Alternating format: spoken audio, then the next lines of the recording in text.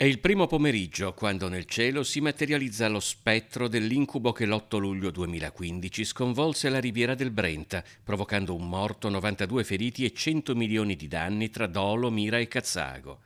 Ecco, nelle immagini diffuse da Meteo Bassano Pedemontana, cosa appariva all'orizzonte a Fiesso d'Artico attorno alle 13.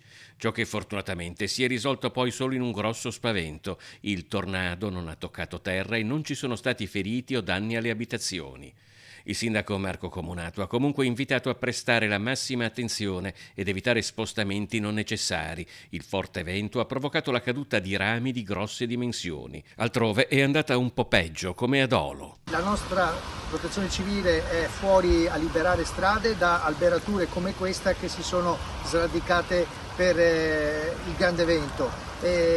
Acqua mista a grandine ancora una volta, ma ripeto ancora sotto controllo. Dei corpi illuminanti della pubblica amministrazione sono stati divelti e alcune zone del paese sono sott'acqua su alcuni punti di depressione causa il fogliame che ostruisce le caditoie. Quello degli alberi caduti per il forte vento è un fenomeno che ha colpito anche altri comuni vicini.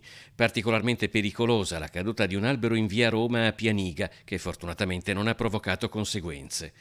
Disagi per allagamenti anche a Sottomarina, dalle cui spiagge, come da quelle di Pellestrina, si è assistito solo al passaggio di una tromba marina in Adriatico. La parte di Sottomarina Vecchia è quella che va puntualmente sott'acqua, ma è stato constatato chiaramente che le condotte delle acque bianche non possono più rispondere a questi, nubifragi che si abbattono sulla nostra località, che sono completamente diversi a quelli degli anni '80.